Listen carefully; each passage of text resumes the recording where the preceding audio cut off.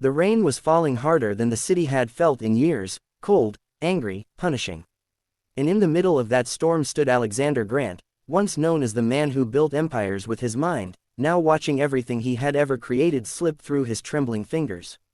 Just hours ago, he was a billionaire. Now, he was nothing. His company, Grant Dynamics, had collapsed overnight after a massive accounting error revealed a chain reaction of debts no one had seen coming.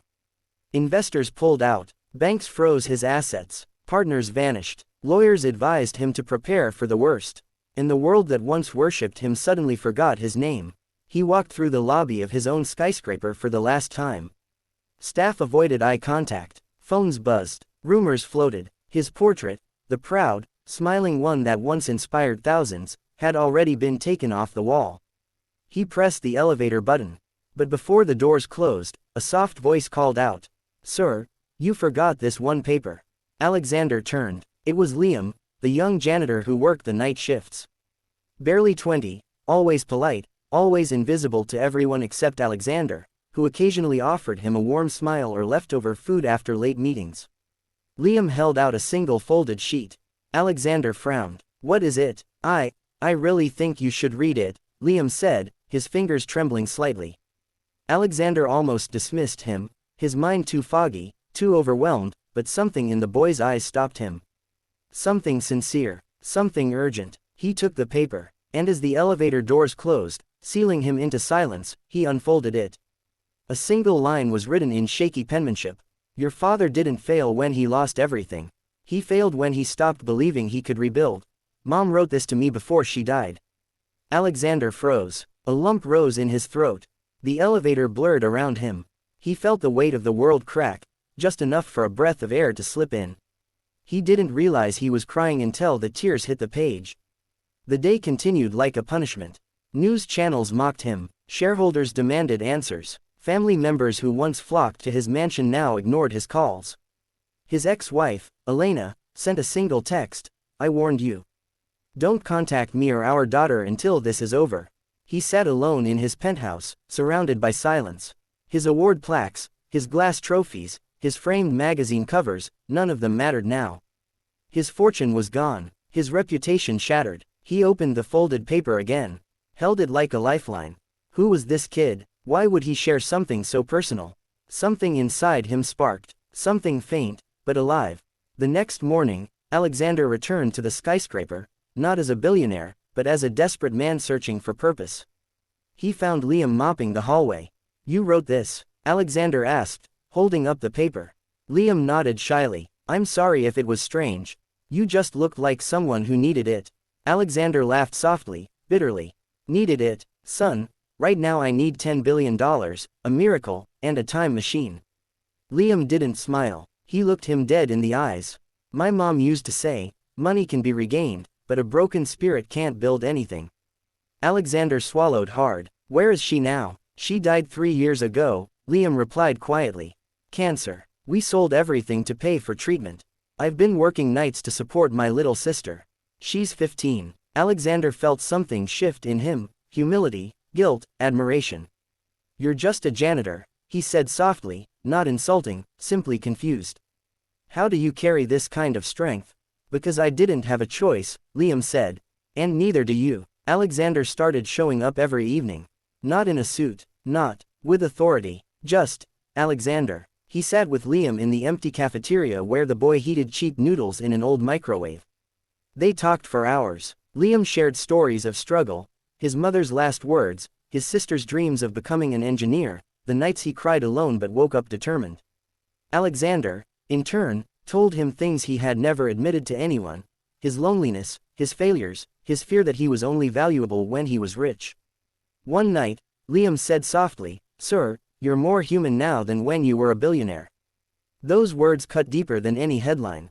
One evening, Alexander studied the folded paper again. Then suddenly, like lightning, an idea struck him. A loophole, a missing angle in the bankruptcy, a forgotten patent he still owned personally, unrelated to his company. A clean energy blueprint he created years ago but never pursued. He rushed to Liam. I think I can rebuild," he said breathlessly. "Not the empire I lost, but something new. Something better." Liam grinned. "What do you need?" Alexander hesitated. He had lost assistants, lawyers, partners. But this boy had given him hope when the world gave him shame. Would you help me organize things? Just part-time. You don't have to quit your job. Liam's jaw dropped. Me, sir, you're the only one who believed in me when I didn't believe in myself. The months that followed were brutal. They worked in a tiny rented office above a bakery, with peeling walls and flickering lights. Liam organized files, sent emails, and learned faster than anyone Alexander had ever hired. Alexander pitched the clean energy technology to investors, every day, every hour. Most laughed at him. You're a financial disaster, Grant. No one trusts you anymore. Come back when you're relevant. Every rejection was a knife. But every night, Liam said the same thing. You forgot this one paper, sir. And he would hand him the folded note again. It kept him alive. One evening, after 147 failed pitches, they were packing up to leave when the bakery owner, an elderly woman named Mrs. Hale, approached them. I overheard your idea, she said gently. My son works at a renewable energy firm. He's visiting tomorrow. You should talk to him. That meeting changed everything. Within 2 weeks, Alexander's patent was licensed. Within 2 months, he was consulting for major energy groups. Within a year, he launched Grant Renewables, smaller than his old empire, but built on integrity, innovation, and heart.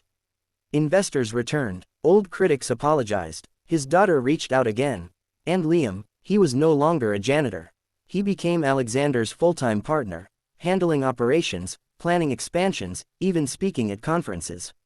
At 21, he earned his first 6-figure salary. But more importantly, he earned a family.